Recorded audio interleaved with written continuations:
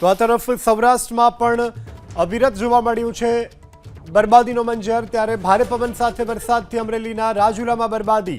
રાજુલામાં અનેક ઠેકાણે વૃક્ષો અને વીજપોલ ધરાશાયી થયા છે।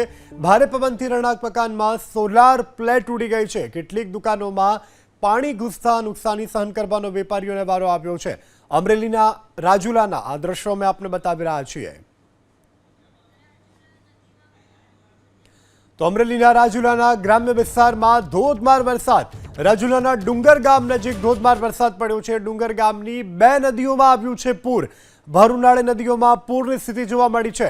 ડુંગરની સુખવો અને સ્થાનિક નદીમાં પૂરની સ્થિતિ જોવા મળી છે। રાજુલાના સાજણ વાવની સાજણી નદીમાં પણ આવ્યું છે પૂર।